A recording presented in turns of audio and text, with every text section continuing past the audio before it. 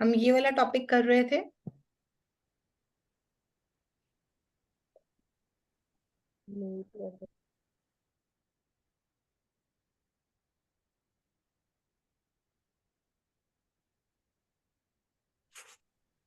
कारक तत्व। बी नहीं, परसों की बात हो रही है। परसों हम लोगों ने छोड़ा था ग्रहों का बल, राशि परिवर्तन। ग्रहों का बल 3 तरह से चेक करते हैं। पहला, राशि परिवर्तन के आधार पर। दूसरा, चाल के आधार पर। तीसरा, आयु के आधार पर। ध्यान आ गया? ठीक है।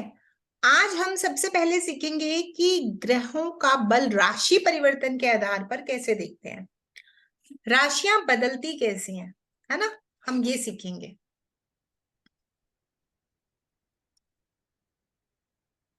मकर संक्रांति कब आती है?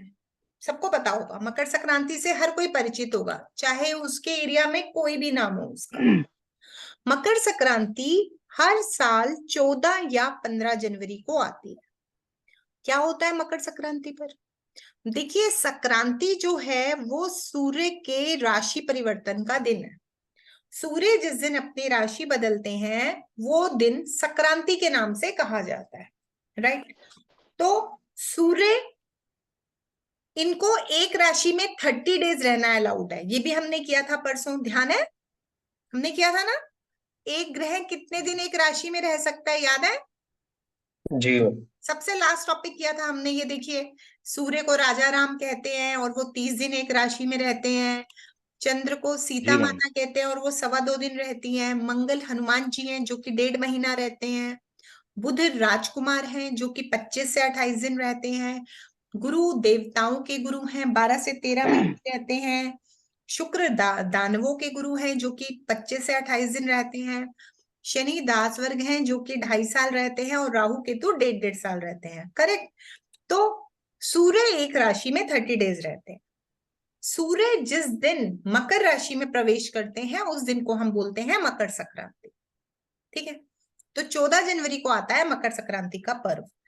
अब इसके ठीक 30 दिन के बाद सूर्य मकर से अगली कुंभ राशि में प्रवेश कर जाते हैं। फिर 30 दिन बीतते हैं, 14 मार्च आ जाती है, सूर्य मीन में चले जाते हैं। फिर 30 दिन बीतते हैं, मेष आ जाती है, 14 अप्रैल में आ जाते हैं। फिर 30 दिन बीतते हैं, 14 मई आ जाती है तो सूर्य वृषभ में चले जाते हैं। फिर 30 दिन बाद 14 जून आ जाती है और सूर्य मिथुन में आ जाते हैं, राइट। फिर आपकी 30 दिन बीतते हैं, कर्क में आ जाते हैं, 14 जुलाई। फिर 30 दिन बीतते हैं, सिंह राशि, 14 अगस्त। फिर कन्या, 14 सितंबर। फिर 14 अक्टूबर तुला, 14 नवंबर वृश्चिक, 14 दिसंबर धनु, और ठीक ऐसे ही अगेन 14 जनवरी को फिर से सूर्य मकर राशि में आ जाते हैं। कुछ लोग सोच रहे होंगे कि मैडम ने तो 14 तारीख फिक्स कर दी। एक्चुअली ये फिक्स नहीं है, ये आप लोगों को समझाने के लिए मैंने एक डेट ले ली है।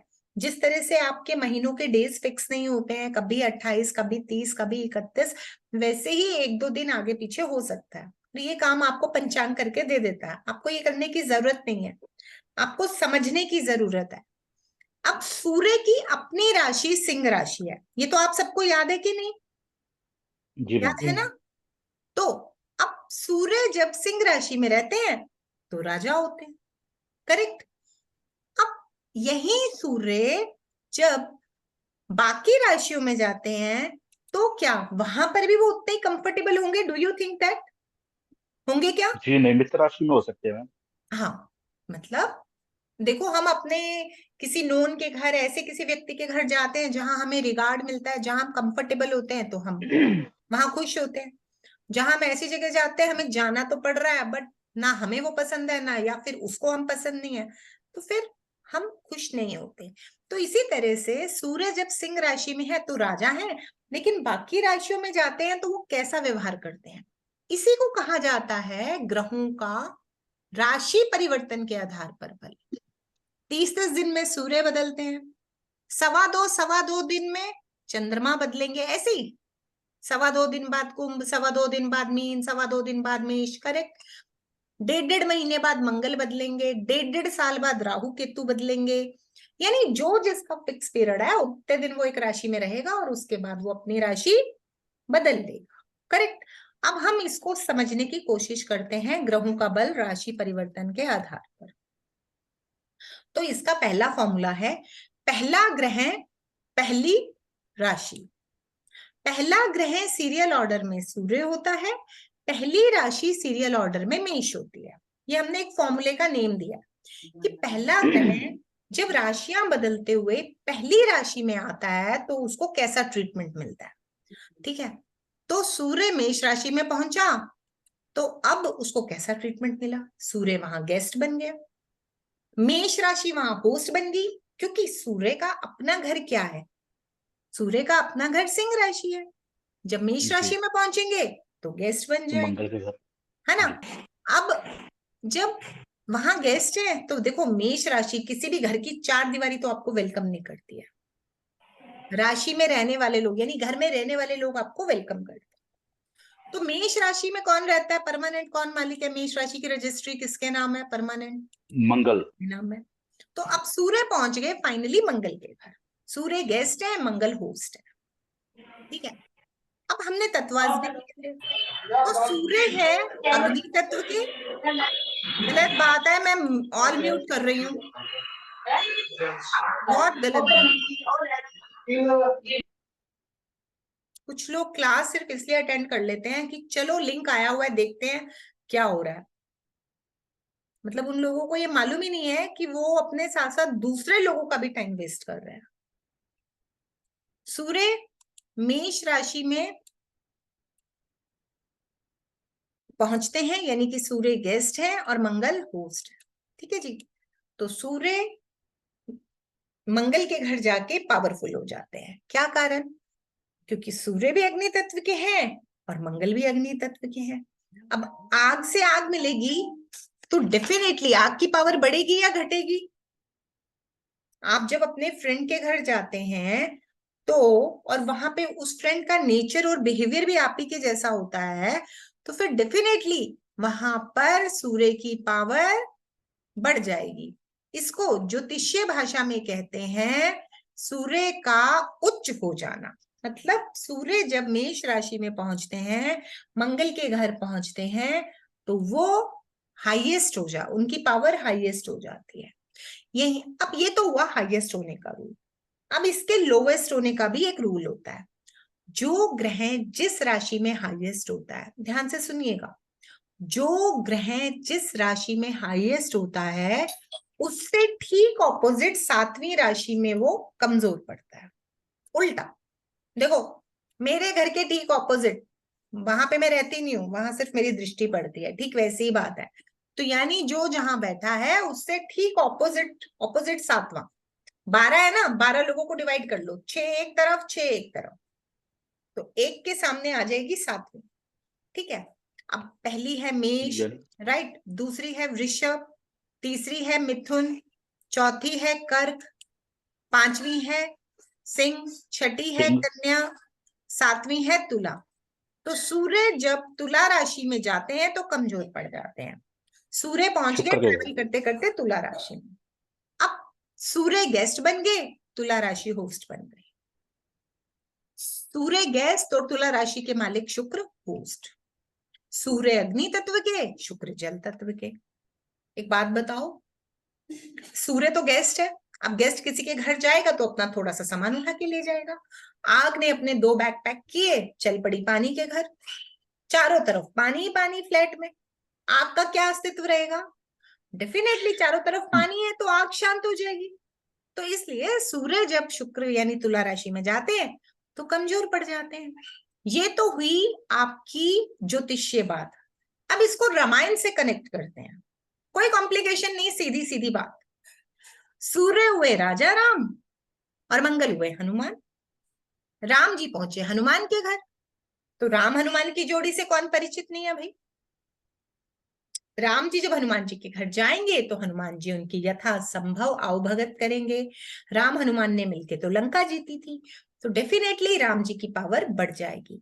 यानी कि राम रूपी सूर्य जब हनुमान रूपी मंगल यानी मेष राशि में जाते हैं तो वो तो उच्च के हो पावरफुल जाएंगे। हो जाते हैं। अब यही राम जब शुक्र यानी शुक्राचार्य के घर जाते हैं, शुक्राचार्य महाराज कौन है? असुर गुरु, राक्षसों के गुरु। रामायण के हिसाब से राक्षस कहाँ थे? रावण के घर थे। अब रावण के गुरु क्यों चाहेंगे राम जीते, क्यों राम की इज्जत करें? तो राम जी जब शुक्राचार्य के घर जाएंगे तो वो तो कोशिश करेंगे ये हार जाएं, ये भाग जाएं या इनका नुकसान हो जाए।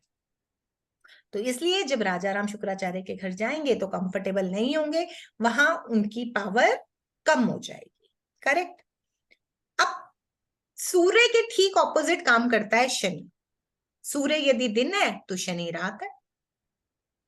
तो सूर्य जिस राशि में पावरफुल है, जैसे कि सूर्य मेष राशि में पावरफुल है, तो ठीक शनि मेष राशि में नीच है, कमजोर, वाइस वर्सा, उल्टा। सूर्य यदि तुला राशि में कमजोर है तो शनि वहां पर पावरफुल है। Got the point? समझ आई?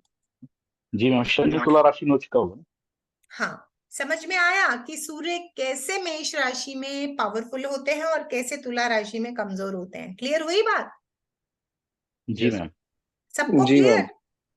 जी मैम। जी क्लियर हुई बिल्कुल। Yes ma'am. ठीक है, अब हम करते हैं इसमें दूसरा फॉर्मूला। ये आपको रटना नहीं है, आपकी एक जनरल नॉलेज के लिए है कि भाई क्या होता है ना। रटने की जरूरत नहीं है, रटोगे तो बोर हो जाओगे। अब नेक्स्ट है आपका सेकंड फॉर्मूला।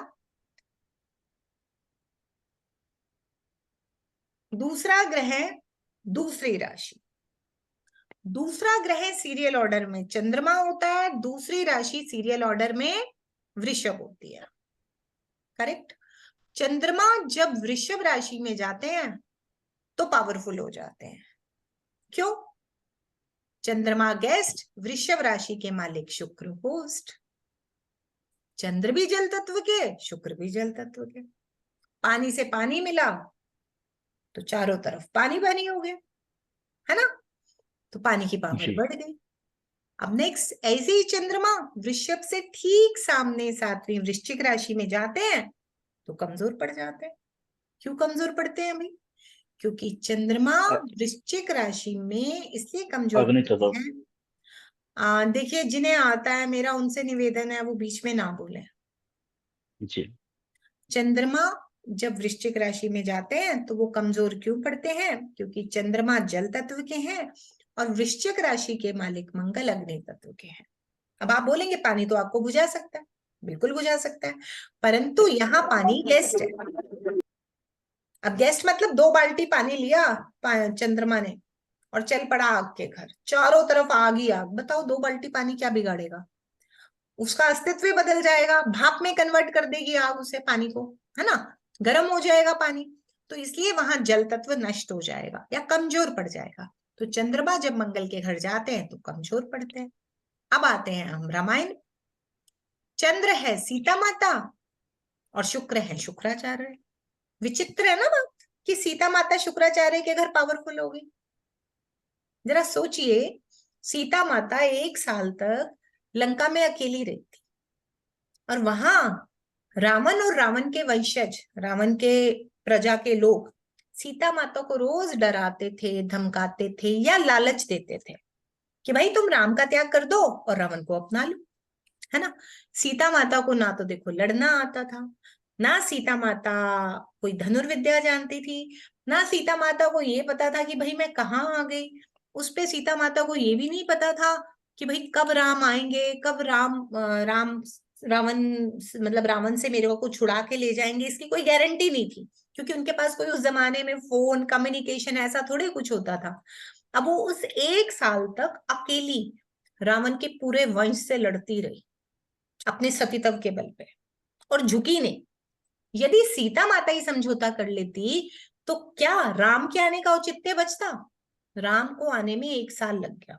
राम क्षत्रिय थे, राजा थे, पति थे, धनुर्विद्या जानते थे, वानर सेना के साथ आए, देवताओं के आशीर्वाद के साथ आए, परंतु उस 1 साल में सीता माता अकेली अपने सतीत्व के बल पर रावण और रावण के वंशज से लड़ती रही और जीत गई। जरूरी नहीं है कि युद्ध जीता जाता है, वो सीता का बाल भी बांका नहीं कर पाया। तो इसलिए चंद्रमा जब वृषभ राशि में जाते हैं तो वो पावरफुल हो जाते हैं। यही चंद्रमा जब मंगल यानी हनुमान जी के घर जाते हैं तो कमजोर पड़ते हैं। बड़ी विचित्र बात है, हनुमान जी तो सीता माता के भक्त हैं। तो कायदे से यहाँ पर वैसा बल नहीं है कि हारती हैं सीता माता। सीता माता यहाँ पर अपने मातृत्व के चलते, भक्त वत्सलता के चलते अपने सुखों का त्याग करती है। एक कहानी आप सबने सुनी होगी, जब राम लक्ष्मण सीता हनुमान लंका से वापस आए और प्रभु राम का राज्याभिषेक होने लगा, तो उसके बाद सब लोग, राज्याभिषेक के बाद सब लोग अपने अपने कक्ष में आराम करने जाने लगे। सीताराम भी चल दिए, पीछे पीछे हनुमान भी चल दिए। अपने बोला गया कि भाई आप क्या करने जा रहे हैं, वो उनकी भ्राता है, आप उनके साथ क्या करने जा रहे हैं। हनुमान जी बोले, जहां प्रभु राम वहां हनुमान, मैं तो अपने प्रभु के चरण दबाऊंगा। प्रभु राम मुस्कुरा दिए। तो गुरुजनों ने समझाया कि देखो ऐसा है, सीता माता का ना आपसे ज्यादा अधिकार है उन पर, और वो इतने टाइम के बाद मिल रहे हैं। तो सीता माता की मांग में उनके नाम का सिंदूर है, और जो सिंदूर लगाता है ना, राम जी उसको ज्यादा प्यार करते हैं। हनुमान जी को ये बात समझ नहीं आती, बाल ब्रह्मचारी ठहरे। देखते हैं प्रभु राम की तरफ, प्रभु मुस्कुराते हुए इशारा कर देते हैं कि भाई तुम जाओ। आ जाते हैं। 2-4 दिन के बाद सीता माता श्रृंगार कर रही होती है, फिर वही वो बिंदिया लगाती हैं सिंदूर की और मांग भरती है। अब हनुमान जी पूछ लेते हैं, माता तुम ये क्यों लगाती हो। माता को ठिठोली सूझती है। माता कहती है कि जब मैं ये लगाती हूँ तो प्रभु राम मुझे, मैं उनकी सबसे ज्यादा प्रिया बन जाती हूँ, क्योंकि प्रभु राम को तो ये सबसे ज्यादा पसंद है। अब हनुमान जी तो सोचते हैं कि भाई गुरुजन ने भी कह दिया और सीता माता ने भी कह दिया। तो वो अगले दिन भरी सभा में खुद को सिंदूर से रंग के चले आते हैं और बोलते हैं कि भाई एक बिंदी लगाने पे माता का इतना अधिकार है तो मेरा कितना हुआ। तो सीता माता मंद मंद मुस्कुराती है और उनकी भक्त वत्सलता, निश्चलता को देखते हुए सहर्ष उन्हें हर समय प्रभु राम की सेवा में रहने की आज्ञा दे देती है। स्वभाववश कभी कोई स्त्री अपने पति पे किसी को अधिकार नहीं देती है, परंतु वहां सीता माता अपने अधिकारों का त्याग करती है। इसलिए चंद्रमा मीन राशि, वृश्चिक राशि में मंगल के घर जाके कमजोर पड़ जाते हैं। करेक्ट? क्लियर हुई बात? अब एक बात जी और, बिल्कुल क्लियर क्लियर एकदम। हाँ, जिस तरह सूर्य के ऑपोजिट शनि होता है, चंद्र के ऑपोजिट कोई नहीं होता। क्यों?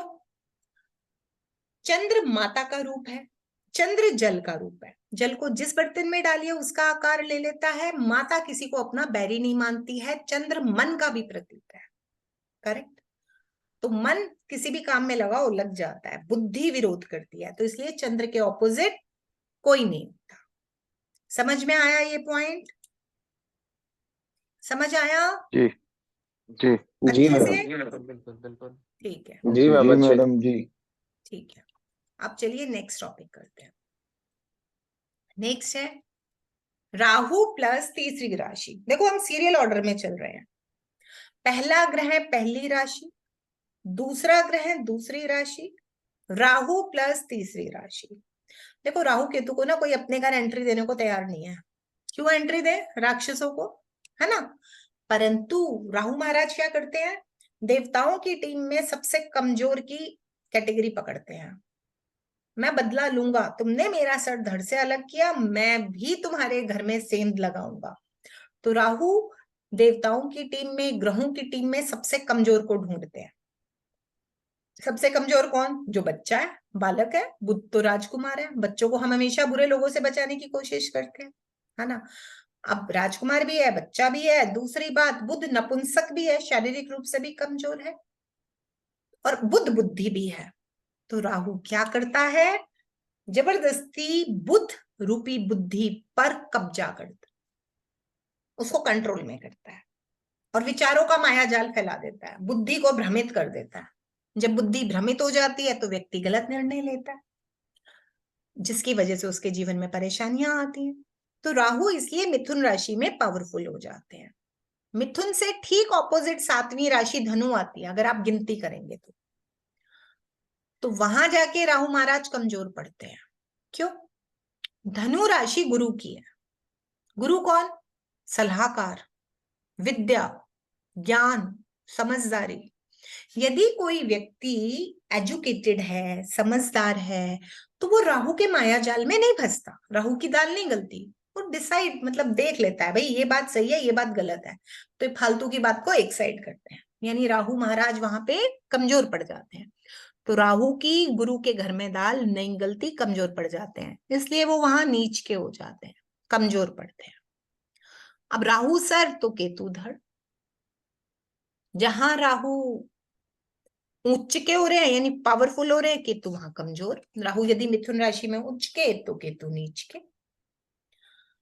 राहु यदि धनु राशि में नीच के तो केतु उच्च के। क्लियर? समझ में आया? जी राहु जी प्लस जी तीसरी राशि भी समझ आ मैम गया? मैम एक बार जी क्या मैम चैप्टर को रिपीट कर सकते हैं? किसको?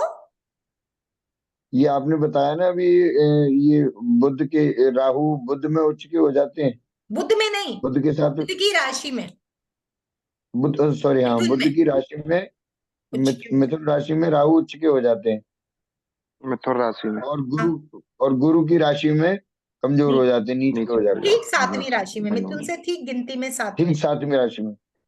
Okay okay, thank you ma'am, thank हाँ, यू, और सॉरी। केतु ये फॉर्मूला है ना, जो जहां पावरफुल हो रहा है वहां से ठीक ऑपोजिट सातवीं राशि में कमजोर हो रहा सातवीं राशि में कमजोर हो जाएगा। है। जी, ठीक है। अब नेक्स्ट, गुरु प्लस चौथी राशि। गुरु महाराज कर्क राशि में जाके पावरफुल होते हैं। क्या कारण? गुरु हुए देव गुरु, कर्क राशि है चंद्रमा की यानी कि सीता माता की। तो हम सब बड़े अच्छे से जानते हैं कि सीता माता के संस्कारों में ही है ब्राह्मण का आदर करना। जब रावण भी वेश बदलकर सीता माता की कुटिया पर पहुंचे थे और कहा था कि माता मैं सिर्फ तभी भिक्षा ग्रहण करूंगा जब तुम लक्ष्मण रेखा क्रॉस करोगे, तो सीता माता ने ब्राह्मण की बात का मान रखते हुए लक्ष्मण रेखा क्रॉस की थी और सीता हरण हुआ था। चलिए वो एक अलग मुद्दा है, पर पता क्या चला कि सीता माता ब्राह्मण की बात का मान रखती है, इसलिए गुरु कर्क राशि में पावरफुल होते हैं, ठीक सामने सातवीं मकर राशि में कमजोर होते हैं। क्यों? मकर राशि किसकी है? आज सॉरी, वहां एक पॉइंट रह गया। तो सीता माता ब्राह्मण का सम्मान करती हैं, तो जब वो रावण को भी ब्राह्मण वेश में जानकर सम्मान करती हैं, तो जब स्वयं देवगुरु बृहस्पति सीता माता के घर आएंगे तो सोचिए उनको कितना सम्मान मिलेगा। ठीक है। अब यही कर्क के ठीक सामने सातवीं मकर राशि आती है। मकर राशि किसकी? शनि की। दास वर्ग, नौकरी पेशा लोगों की। कभी नोटिस किया है जब भी हम नौकरी करते हैं या हमारे घर कोई नौकरी करता है, कितना भी इंटेलिजेंट हो, मेरिट लिस्टर क्यों ना हो, वो अपनी एजुकेशन का प्रयोग अपनी मर्जी से नहीं कर सकता। उसको अपनी कंपनी के फायदे के लिए, अपनी संस्था के फायदे के लिए अपनी विद्या का या अपने टैलेंट का यूज करना पड़ता है। मोरल ऑफ द स्टोरी, विद्या या गुरु, उसकी फ्रीडम खो जाती है जैसे ही वो एम्प्लॉय के घर जाता है। नौकरी करने वाला 100% लेने वाला क्यों ना हो, गोल्ड मेडलिस्ट क्यों ना हो, माननी किसकी पड़ेगी? मालिक की। तो यानी जो उसकी एजुकेशन है, गुरु है, वो कंट्रोल हो गई, कमजोर पड़ गई ना। तो इसलिए गुरु जब मकर राशि में जाते हैं तो कमजोर होते हैं। अब गुरु के ऑपोजिट मंगल चलते हैं। गुरु यदि ज्ञान है, होश है, तो मंगल सेनापति है, जोश है। जब व्यक्ति होश में होता है तो जोश से काम नहीं लेता, जब जोश में होता है तो होश से काम नहीं लेता। यदि होश और जोश मिल जाए फिर तो चाणक्य बुद्धि हो गई ना। ठीक है, लेकिन ऐसा होता नहीं है। तो गुरु यदि कर्क राशि में उच्च के हैं तो मंगल नीच के हैं, और गुरु यदि मकर राशि में नीच के हैं तो मंगल उच्च के हैं। समझ में आ गया यहाँ तक? जी मैम, जी यस चार मैम। फॉर्मूला समझ आए? यस जी। मैम। हम लोग सीरियल ऑर्डर में चल रहे थे। पहला ग्रह पहली राशि, दूसरा ग्रह दूसरी राशि, दूसरी राशि, राहु प्लस तीसरी राशि, तीसरी और राशि, गुरु प्लस चौथी राशि। तो क्या चौथी राशि। पांचवा फॉर्मूला पांचवी राशि पे होना चाहिए? होना तो ऐसे ही चाहिए, लेकिन ऐसा होता नहीं है। करेक्ट? नहीं, हाँ, पांचवी राशि जो है वो आपकी सिंह राशि है। करेक्ट। सिंह राशि यानी कि सूर्य की राशि, माने राजा राम की राशि। अब राजा राम के घर में केवल राजा राम की चलती है, कैसे? एक बात बताइए, जब भरत कुमार राजा राम को जंगल से लाने गए थे, वनवास से वापस लाने गए थे, और राजा राम ने आने से मना कर दिया था, तो क्या भरत कुमार स्वयं आके राजगद्दी पे बैठे थे? जी बैठे नहीं। थे? नहीं। बैठे थे ना। तो राजा राम के घर में किसकी चलती है? केवल राजा राम की। उन्होंने राम राजा जी राम की खड़ाऊ को स्थान दिया था। तो इसलिए सिंह राशि में ना कोई बड़ा होता है ना कोई छोटा होता है। अब अगर सिंह राशि में कोई बड़ा नहीं होता तो ऑपोजिट कुंभ राशि में कोई छोटा नहीं होता। छोटा नहीं। अब लास्ट रूल आता है हमारा, लास्ट रूल है हमारा बुध प्लस छठी राशि। बुध छठी कन्या राशि में पावरफुल होते हैं और ठीक सामने सातवीं मीन राशि में कमजोर होते हैं। कैसे? बुध कन्या राशि के ही मालिक है। अब अपने घर में तो देखो हर कोई राजा है ना, अपने घर में तो सब कंफर्टेबल है। तो कन्या राशि के जी। मालिक बुध है। बुध जब बुध की राशि में जाते हैं तो कंफर्टेबल हो जाते हैं। दूसरी बात, जो नपुंसक है, बुध नपुंसक है, यू नो वेरी वेल, जो भी किन्नर समाज है, जो भी नपुंसक लोग हैं, ये हर शहर में इनका एक अलग कॉर्नर है, वो वहीं प्रोटेक्टेड फील करते हैं। तो इसलिए बुध कन्या राशि में पावरफुल होते हैं। ठीक सामने सातवीं मीन राशि में गुरु बुध कमजोर पड़ते हैं। विचित्र सी बात है, बुध यदि बुद्धि है और मीन के मालिक यदि गुरु है, अब ज्ञान और बुद्धि का संगम हो तो नीचता कैसी? एक्चुअली ये नीचता का नहीं, एक्सेप्टेंस का झगड़ा है। बुध जब मीन राशि में जाते हैं तो उनको वहां सम्मान नहीं मिलता, क्योंकि बुध गुरु की पत्नी तारा की संतान है। ध्यान से सुनिएगा, बुध गुरु की पत्नी तारा की संतान है, जिसके पिता गुरु नहीं है। मतलब गुरु की वाइफ का बेटा है पर गुरु का बेटा नहीं है।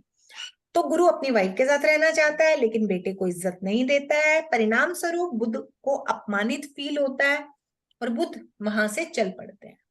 तो इसलिए एक्सेप्टेंस का झगड़ा हो जाता है।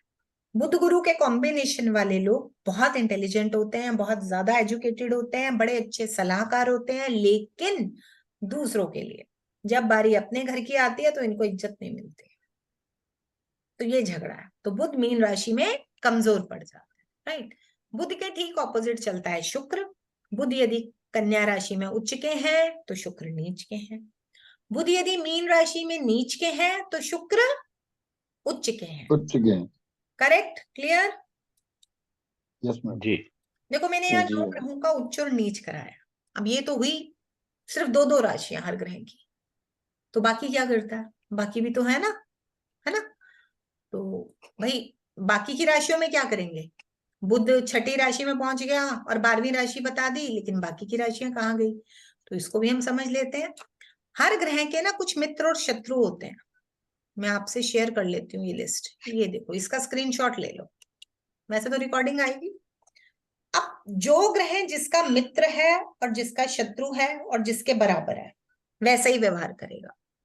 सूर्य यदि अपने मित्रों चंद्र मंगल गुरु के घर जाए, फॉर एग्जाम्पल सूर्य इज राजा राम, मित्र कौन हुआ? चंद्र सीता माता, मंगल हनुमान जी, गुरु देव गुरु, मंत्री तो चाहिए।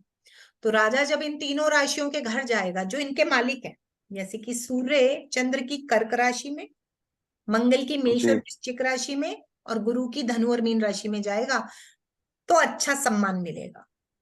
यही शुक्र और शनि की राशियों में जाएगा तो कंफर्टेबल नहीं होगा। As per my observation Rahu Ketu सभी के शत्रु हैं, किसी के मित्र नहीं है।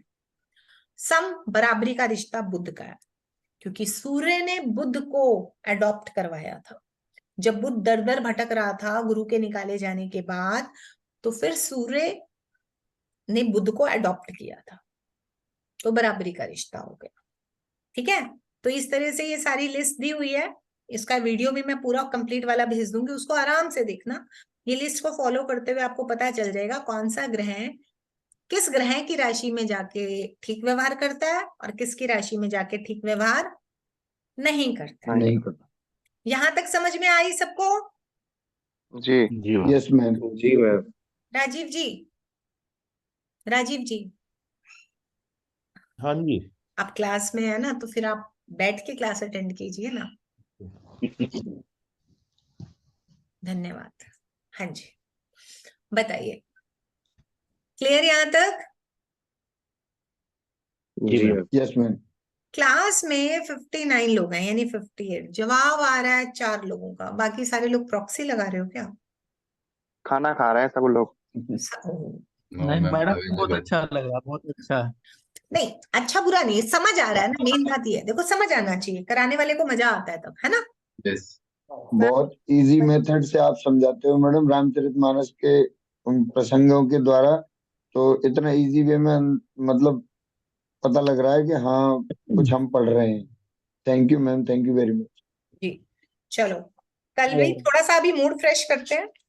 आ, पैसा सब कमाना चाहते हैं ना? अब बहुत यस। सारे लोगों जी। को प्रॉब्लम रहती है कि भाई हमारी पैसे का फ्लो रुक रहा है, या पैसा बहुत खर्च हो रहा है, टिकता नहीं है ना? ये तो सभी की प्रॉब्लम रहती है। तो 2 रेमेडीज दे रही हूं।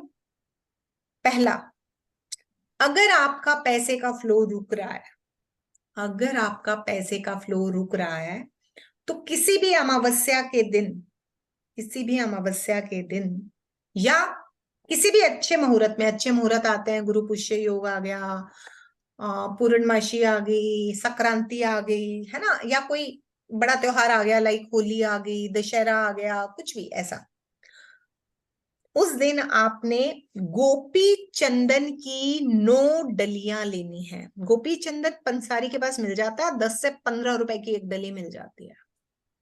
गोपी चंदन की 9 डलियां लेनी है। पीला सूत यानी पीला धागा लेना है, रेशमी नहीं लेना, नॉर्मल पीला धागा लेना है, और इनको केले के पेड़ से बांध देना, केले के पेड़ से बांध देना। ठीक है जी? जी हाँ। कौन से दिन? मैंने बहुत सारे दिन बताए मैम, एक नहीं, मैंने तो 4-5 मुहूर्त बताए। हाँ हाँ। अमावस्या, अमावस्या, पूर्णिमा, पूर्णिमा, वार रवि विशेष नहीं पुख्य, है। गुरु पुख्य। हाँ, बहुत सारे। तिथि मुहूर्त तिथि में भी कर विशेष है सकते हैं क्या? आप? अमावस्या ही ध्यान में है। हाँ, अमावस्या भी चलेगी। अभिजीत गुरुवार मुहूर्त हो। पर अभिजीत मुहूर्त तो रोज ही आता है sir, that is not important, उसमें है ना? बुधवार। अभिजीत मुहूर्त नहीं होता मैडम, नक्षत्र होता है वो। हाँ, नक्षत्र इज अच्छा। डिफरेंट, मुहूर्त भी होता है। मुहूर्त भी मुहूर्त, हाँ ठीक है ठीक है। मुहूर्त दिन के बुधवार 12 और बजे अमावस्या डेली के दिन आता है। नहीं होता। हम्म। बुधवार और अमावस्या के दिन नहीं होता हाँ, लेकिन। वैसे मैक्सिमम तो होता है ना अभिजीत मुहूर्त, सभी लोग जानते हाँ हैं। वैसे मैं जो, अनगिना, हाँ अनगिना बिल्कुल। साया मानते हैं लोग। हाँ जी, जितेंद्र जी बोलिए, हाँ कहना चाहते हैं। मैम, जैसे कि आपने जो डेज बताया है, तो अब हम सिटीज में रहते तो खेत में केले का पेड़ नहीं मिलता है, तो घर में जो मंदिरों में मिल जाता है सर। मंदिरों में मैम इतने नहीं देखने को मिलते, तो हम यदि घर में लगा कर करें तो वो। नहीं नहीं नहीं नहीं नहीं नहीं, बड़े पेड़ पे फला फूला हुआ पेड़ हो। Okay okay okay, thank you ma'am. थोड़ा सा एक बार एफर्ट तो करना ही पड़ता है ना sir. Yes yes, definitely ma'am. हाँ मंदिरों में होता ही है। हाँ। दीदी, केले और कर्दली इसमें फर्क है ना? जी। क्योंकि गुरुवार को उसकी पूजा घरों में लगा के कर्दली की करते हैं, बोले हाँ ये केले केला का पेड़ बोला, है। सिर्फ केला बोला मैडम, जितना कहा जाए बस उतना। मैम, घर अच्छा। में लगाया हुआ पेड़ चलेगा? हाँ जी, घर में लगाया हुआ केले का पेड़ नहीं चलेगा? चलेगा, अभी तो एक को बताया मैंने। हम गार्डन जैसा है बड़ा। अरे मैडम, घर पे उपाय थोड़ी करते हैं यार। केले का पेड़ घर में होना भी नहीं चाहिए। चलिए, हाँ। Please out of the box नहीं, okay. Out of the box बोलेंगे, मैं एक भी रेमेडी नहीं दूंगी। मैम, इससे फायदा क्या होगा? किसने पूछा ये सवाल? किसने पूछा? अभी किसने पूछा? किसने पूछा? इससे पता है क्या तो होगा? होगी। नहीं, एक मिनट, बताती हूँ, मैं बताती हूँ। इससे खाना अपने आप बन जाएगा। नहीं मैम, वो तो नहीं हो सकता। चित्रा जी, आप क्लास में ही है ना? हाँ बिल्कुल नहीं है। तो मैम, मैं ना थोड़ा वो कोई आ गया था तो गेट खोलने गई थी, इसलिए थोड़ा सुनाई नहीं दिया था, इसलिए। जी अगर पैसे का फ्लो रुक रहा है तो ये उसको खोलने की रेमेडी है। ओके जी, थैंक यू। चलिए नेक्स्ट। अब लोग कहते हैं फालतू खर्चे बहुत हो रहे हैं, होते हैं ना, या फालतू जी मैम। खर्चे नहीं, एटलीस्ट जितना पैसा आता है उतना निकल जाता है। तो जितना कमाते हो उसमें से कुछ थोड़ा सा हिस्सा खुशी खुशी निकाल कर अपनी मदर को दिया करो। अब वो आप ऐसे भी दे सकते हो कि भाई कोई अगर गिफ्ट मदर दे ना हो सकते तो? हो। अगर मदर ना हो तो? एक मिनट, लेट मी फिनिश, पहले मेरे को बोल तो लेने दो। जब मैं समझा रही होती हूँ एक इंसान क्लास में चैप्टर को नहीं सुनता है, अभी बीच में कूद पड़ता है बच्चों की तरह। माता या माता समान स्त्री, मासी, चाची, मामी, बुआ, सास, माँ की कोई बहन, कोई ना कोई तो होता ही है जी वेलविशर फैमिली में, नानी, दादी, माँ की तरह, करेक्ट। तो आपने उसको अपनी कमाई में से कुछ ना कुछ हिस्सा जरूर देना है, हर महीने खुशी से देना है, और उसको खुश करने की इच्छा से देना है, ऐसे नहीं फॉर्मेलिटी। जो अच्छा लगे आपकी माँ को, कोई उनकी इच्छा हो सकती है, कुछ भी, हर एक को अपने घर का पता होता है ना, वो आपको देना है। और अब अगर फिर भी कई लोगों का कोई ईगो इशू है, भाई नहीं करना चाहते हैं, 100 घरों की 100 समस्याएं, ऐसे योग भी होते हैं। तो जब कभी कोई नदी के ऊपर से ट्रेवल कर रहे हैं, जा रहे हैं, तो उसमें एक आध सिक्का गेर दीजिए, कॉइन। ठीक है जी? जी जी मैम। तो ये आपके खर्चों को थोड़ा सा बैलेंस कर देगा, राइट? अच्छा, अब हम आज एक टॉपिक और करते हैं, राशि कैसे निकालते हैं। कल मेरे पास बहुत सारे लोगों के मैसेज और फोन आए थे। देखिए, जो राशि होती है ना, वो हमारी कुंडली के अंदर, लगन कुंडली निकलवाई थी मैंने पहले दिन सब लोगों से। जी जी मैम। अब आप लोगों की वो जो कुंडली निकलती है, और उसमें चंद्रमा जिस नंबर में लिखे होते हैं, मैं आपको दिखाती हूँ फॉर एग्जाम्पल। वही राशि होती है। एक सेकेंड, बीच में कोई नहीं बोलेगा। आज सिर्फ राशि बता रही हूँ, पूरा चैप्टर नहीं करा रही, पूरा चैप्टर तो बाद में ही कराऊंगी, फिर भी थोड़ा सा एक हिंट दे देती हूँ क्योंकि बहुत सारे लोगों के सवाल थे।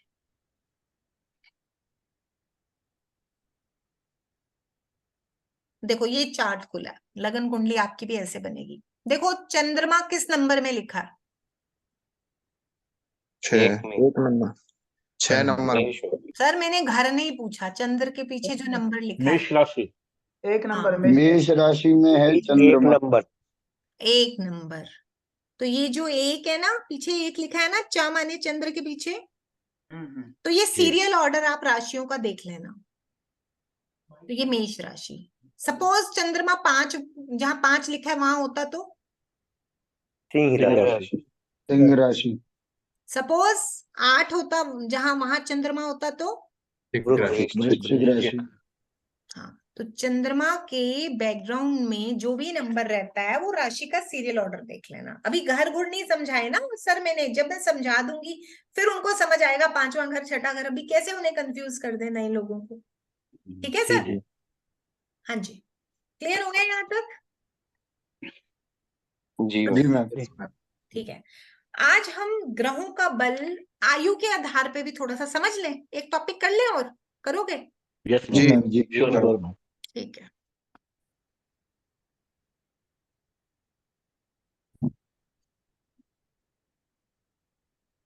देखो, जब भी आप कोई कुंडली निकालते हो ना, तो वो आपको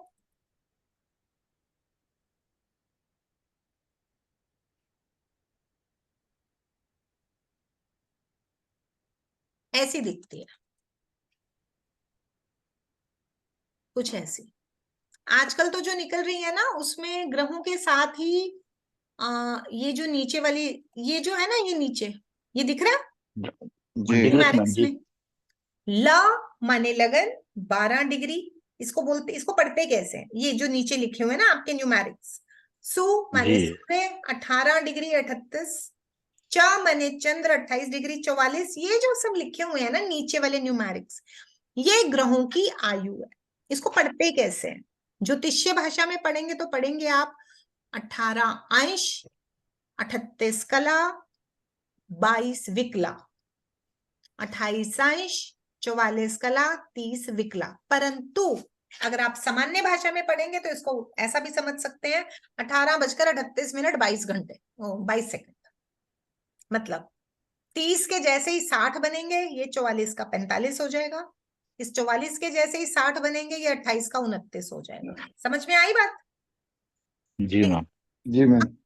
सामान्य और भी सामान्य कर लो, इसको बस ऐसे पढ़ लो 18°38, 28 44, 29 32। सेकंड कौन याद रखता है?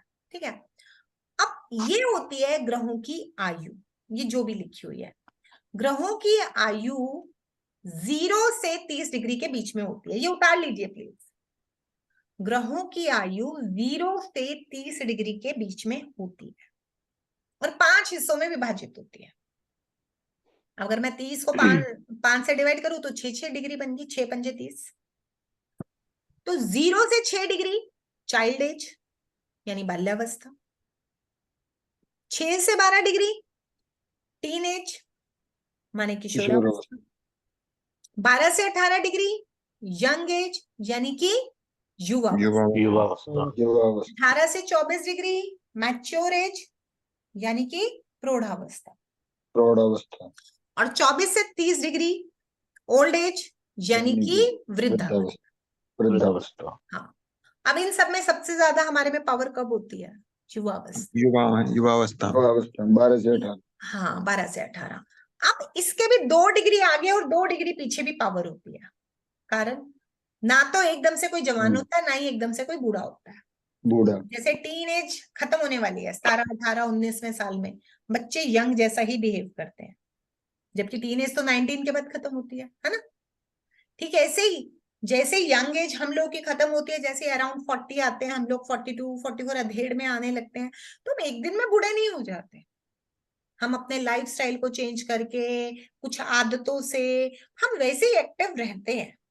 तो यानी कि 2 डिग्री आगे के 2 डिग्री पीछे, मतलब 12 से 2 डिग्री आगे करो 10, 18 से 2 डिग्री पीछे करो 20।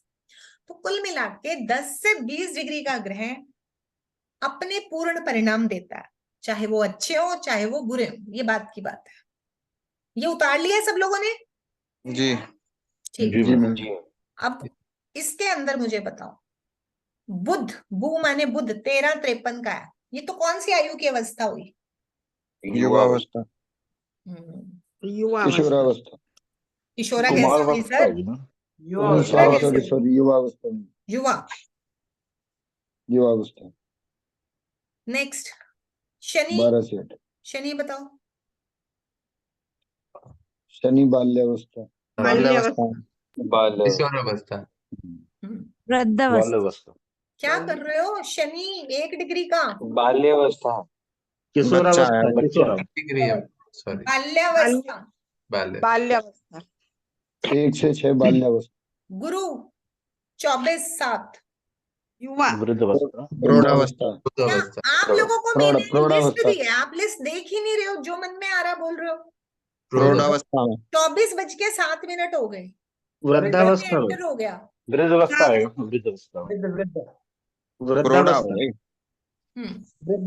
वृद्धावस्था।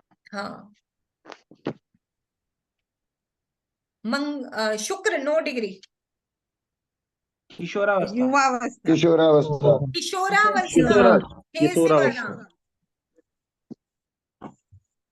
प्लीज थोड़ा सा सहजता से करिए, जल्दबाजी मत करिए, हमें कहीं नहीं जाना है। अब इस कुंडली में बताइए बुध की क्या आयु है? बाल्यावस्था। बाल्यावस्था। बाल्यावस्था। मंगल की? वृद्धावस्था। वृद्धावस्था। जी। शनि की? युवावस्था। युवावस्था। सूर्य की? युवावस्था। Good good. अब ये आयु वाले टॉपिक को कल याद रख लेना, कल इसी से कनेक्टेड जी। एक चीज सीखनी है, भूल मत जाना।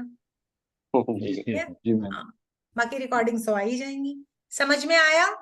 जी यस मैम। जी मैम। जी मैम। ठीक है, कोई क्वेरी है तो अब बताओ। अपने कैमरा ऑन करके, ऐसे नहीं, आधे लोग कैमरा तो ऑन ही नहीं करते, ऐसे क्या पढ़ाने में मजा आता है।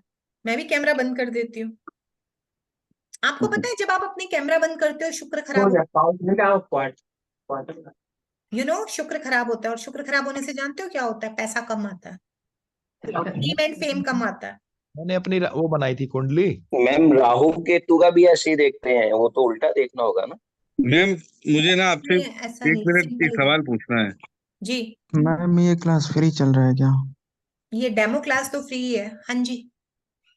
मैम सीरियसली मैंने तीन तीन दिन की क्लास थी। मैं एक्चुअली सालसा मेथड से एस्ट्रोलॉजी सीख रहा था जी और मुझे बिल्कुल समझ नहीं आ रहा था। जी मैंने आपकी ना सच में 3 दिन में आधा आधा घंटे की 2-3 क्लासेस करी हैं बस। जी बट आज मैंने ये फील किया है कि जितना इजी मेथड आपका है कहीं पे नहीं दिखा आज तक। जी। तो मुझे ये डेमो क्लास से हटके मतलब मेन क्लास में आना है। कोई बात नहीं सर, हम लास्ट डे पे अनाउंस करेंगे तो मैं वहां पे। मैं एक्चुअली कल ट्रेवल कर रहा हूँ और कल परसों 2 दिन की मेरी ट्रेन है, तो शायद मैं ये क्लासेस अटेंड नहीं कर पाऊंगा। तो इज इट मतलब पॉसिबल है कि आप मुझे व्हाट्सएप पे मेरे पास आएगा पूरा detail? Do one thing Ashutosh ji, मेरा नंबर आपको पता है ना? नहीं पता है मैम। नोट कीजिए, एक 98550550 मिनट मैम। 98 550 550 83 83 125। 125। मैसेज कीजिए मुझे अभी। राइट मैम, मैं मैसेज करता हूँ आपसे। मैसेज कीजिए। Thank you so much.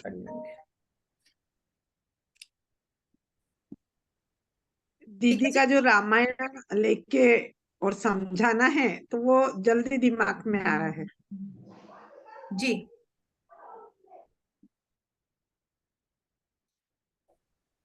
चलिए ठीक है, कल मिलते हैं।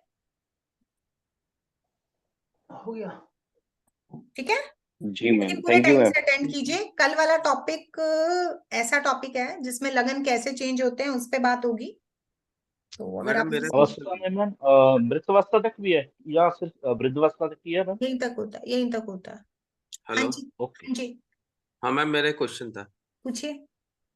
मैम वृश्चिक राशि में चंद्रमा नीच का होता है। हेलो।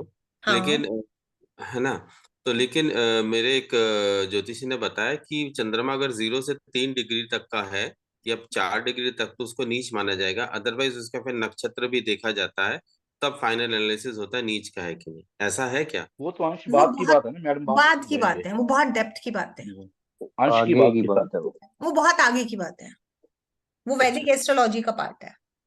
0 से 3 उच्च का होगा। ठीक है, बहुत आगे की बात है, इसलिए उसको यहाँ पे ना ही करें डिस्कस तो अच्छा है। और वो वैदिक एस्ट्रोलॉजी है, मैं प्रेडिक्टिव करा रही हूँ। प्रेडिक्टिव में फॉर्मूला चेंज हो जाएगा। दोनों में डिफरेंस क्या है? हाँ जी, दोनों में डिफरेंस क्या है, डिफरेंस क्या वैदिक और मैम? प्रेडिक्टिव में? वैदिक तो ट्रेडिशनल अप्रोच है, अच्छा। और वैदिक अगर आपको करनी है तो आपको बहुत लंबी प्रैक्टिस चाहिए। जी। ठीक है, अगर आप प्रेडिक्टिव करते हैं तो जैसे आपने कैलकुलेटर हाथ में ले लिया, हम्म। ये कैलकुलेटेड टेक्निक है और इसकी एक्यूरेसी ज्यादा है एज कंपेयर टू वैदिक। वैदिक एस्ट्रोलॉजर में आपको किसी का एक निर्णय नहीं मिलेगा। ओके। जी मैम, ये सही बात है। लेकिन प्रेडिक्टिव के अंदर फॉर्मूला है 2 + 2 4 मतलब 4। मतलब इसमें फ्यूचर प्रेडिक्शंस एक्यूरेट होता है? Future past everything everything.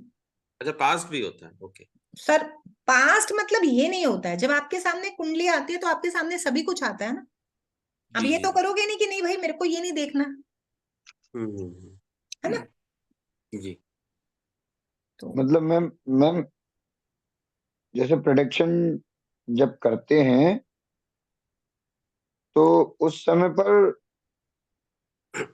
ये जो सिचुएशंस होती हैं, जैसे कि अभी भैया ने कहा था कि वैदिक एस्ट्रोलॉजी के अनुसार तो जो प्रेडिक्शन होती है, कैलकुलेशन जो होती है, वो वैदिक एस्ट्रोलॉजी में यदि वो उच्च का बता रहा है तो उसमें तो वो उच्च का फल देने वाला होगा, और ऐसा कुछ प्रेडिक्शन नहीं अगर होता उसका सर, नीच ऐसा कुछ नहीं होता है। मोदी जी का ना लगन में नीच का चंद्रमा है। जी जी जी जी जी। हाँ, तो जरा मुझे बताइए कौन कहेगा कि भाई उनका मेंटल एबिलिटी या विल पावर कमजोर है या कम्युनिकेशन स्किल्स कमजोर है? जी। बताइए, ऐसा कुछ नहीं होता है। पर हालांकि सुन जी लीजिए, जी उच्च और वो नीच एक अवस्था है।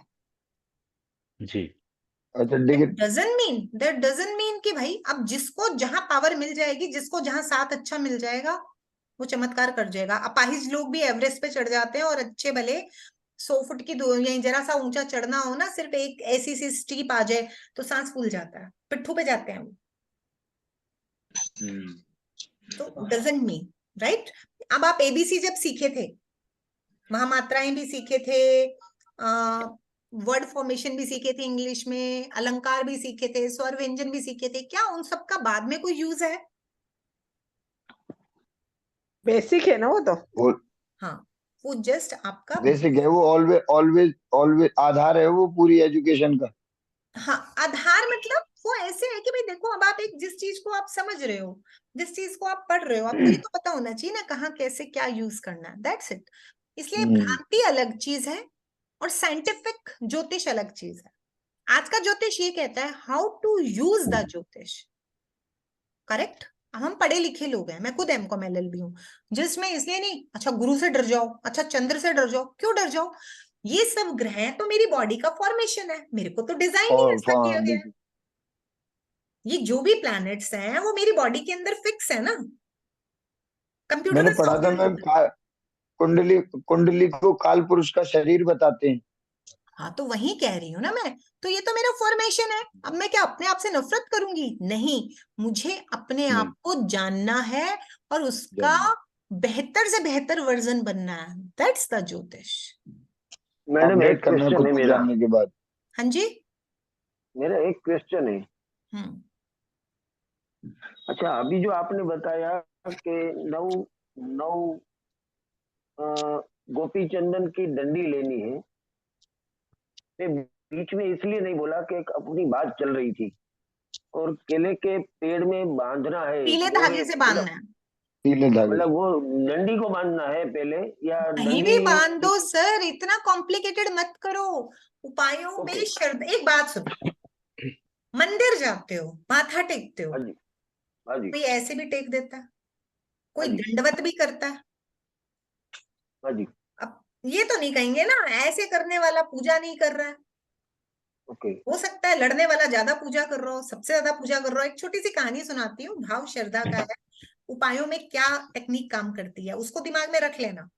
पढ़ाई में, उपायों में, हर जगह जिंदगी में अगर वो टेक्निक रख लोगे ना, तो कभी सवाल जवाब नहीं आएंगे इस तरीके के। कहते हैं एक भक्त हुआ, वो किसी से उपाय लेने गया कि भाई मेरा फलां काम है, हो नहीं रहा। और बहुत लीचर टाइप का आदमी था, थोड़ा सा सिर फिरा था। अब उस जमाने में तो आते थे लोग कथा करने, उसके पैर पकड़ लिए। अब उसने बोला कि अच्छा ठीक है, तू ऐसा कर, राम जी की पूजा कर। लग गए राम जी को मनाने। 1 महीना बोली थी, पूजा करी, काम नहीं बना जी, फिर चले गए। उन्होंने बोला भाई तू कृष्ण जी की पूजा कर। साल बीत गया, ऐसे करते करते सारे भगवान मना लिए। अब वो आदमी क्या करता था, जिसकी पूजा करता था, पुराने घर में आलने होते थे। आलने समझते हो? छोटे छोटे झरोके बने होते थे दीवारों के अंदर, है ना? तो वो वहां पे उनका, जिसकी पूजा करता था उनको वहां जगह दे देता था, जिसकी पूजा नहीं करता था उनको पीछे रख देता था कि भाई चलो तुम्हारा काम खत्म, तुमने मेरा काम नहीं किया, तो अब हम इनसे बात करेंगे। ठीक है। अब बोला हार के, मैंने तो सारे भगवान मना लिए। बोले अच्छा हनुमान जी को मनाओ। हनुमान जी तो मानेंगे ही मानेंगे, सबसे जल्दी काम करते हैं। अका हुआ बंदा आ गया पूजा करने। जिस दिन पूजा करने बैठा, हवा चल रही थी, धूप बत्ती कर रहा है। जो धूप बत्ती का धुआं है ना, हवा से पीछे वाले पीछे जा रहा है, जो पीछे भगवान है। ओम जी, आप क्यों माइक्रोफोन ऑन रखते हो? पीछे से बच्चों की आवाजें आती हैं सर। तो अब वो धुआं पीछे जा रहा है, भक्त को बड़ा गुस्सा आ रहा है। उठा लेते हैं कपड़ा और ऐसे धुएं का फ्लो करते हैं, हाथ से करते हैं कि नहीं मैं तो हनुमान जी की पूजा कर रहा हूं, तो ये धूप का धुआं तो हनुमान जी को मिलना चाहिए, बाकी भगवानों को नहीं मिलना चाहिए। हवा है, धुआं भी निकल जाएगा, इधर से निकल गया उधर से निकल गया। गुस्सा आ जाता है भक्त को, आधा घंटा झक मारने के बाद रुई लेके आता है, सबके नाक और कान में रुई दे देता है पीछे वाले भगवान, और बोलता है कि ना अच्छा तुम लोगों ने तो काम किया नहीं, अब हनुमान जी कर देंगे और तुमको समझ में नहीं आता, उनको करने नहीं देते, उनके हिस्से की पूजा खाते हो। सब भगवान छींकते हुए खांसते हुए प्रकट हो गए। अब बोले कि ये क्या था, जब मैं तुम्हें पूज रहा था तो तुम आ नहीं रहे थे, अब तुम आ गए। कह रहे तुम हमें जब पूज रहे थे ना भगवान और मूर्त रूप में पूछ रहे थे, अब जब तुमने हमें अलाइव जान लिया, तुमने हमारे को अलाइव जान करके हमारे नाक और कान में तुमने रुई ठूस दी, तो हम अलाइव हो गए। आप जिस रूप में ईश्वर को, उपाय भी श्रद्धा का विषय है, करेक्ट, जिस रूप में आप चाहेंगे घटना वैसे ही घटित होगी। मैंने मैनिफेस्टेशन पे कल एक बहुत बड़ा लेक्चर दिया था ना। हाँ पूरा देखा था। Exactly life is the same process. आप अपने डिजाइनर बनो,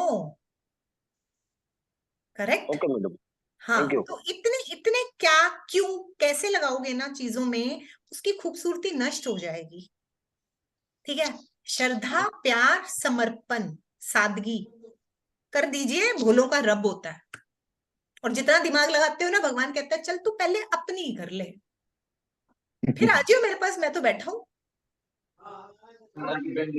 बस सिंपल। ठीक है, आपको बोला केले की जड़ से केले पे बांध दीजिए। अब जो आपको बेस्ट पॉसिबल लगे, ईश्वर आपको ईश्वर पे छोड़ के चले जाइए कि भाई मेरे को ये रास्ता मिला है, अब तू मेरे को मतलब बता दे और मैं करने जा रहा हूँ। अरे एक रिक्वेस्ट, आप में से कोई भी रेमेडी करे तो उसके ना एक्सचेंज में जरूर कुछ कर दीजिएगा, नहीं तो बैकफायर होता है। एक्सचेंज में क्या करना है, किसी गरीब को खाना खिला देना, किसी जानवर, भूखे जानवर को खिला देना, और बोल देना कि भाई ये मैंने रेमेडी फ्री में नहीं ली, मैंने इसके निमित्त ये कर दिया। इस दुनिया में कुछ भी फ्री नहीं है। ठीक है मैडम। ठीक है, जो फ्री लोगे ना उसका कुछ ना कुछ एक्सचेंज देना ही देना है जिंदगी में। आधी प्रॉब्लम सॉल्व हो जाएंगी जिस दिन इस बात को समझ लोगे। ठीक है, धन्यवाद धन्यवाद। ठीक है, कल मिलते हैं आगे। ओके, ठीक। पूरी दुनिया में मैम गिव एंड टेक का ही रूल चलता है मतलब। तो ये नियम है ना, सुनिए, एक नासिका से सांस लेते हो, दूसरी से छोड़ते हो, अगर ये छूट गई तो जीवन चक्र खत्म। सीखो, यहीं से सीखो। ठीक है, thank you ma'am, thank you very much. Right, thank you ma'am. Thank you ma'am. Okay okay.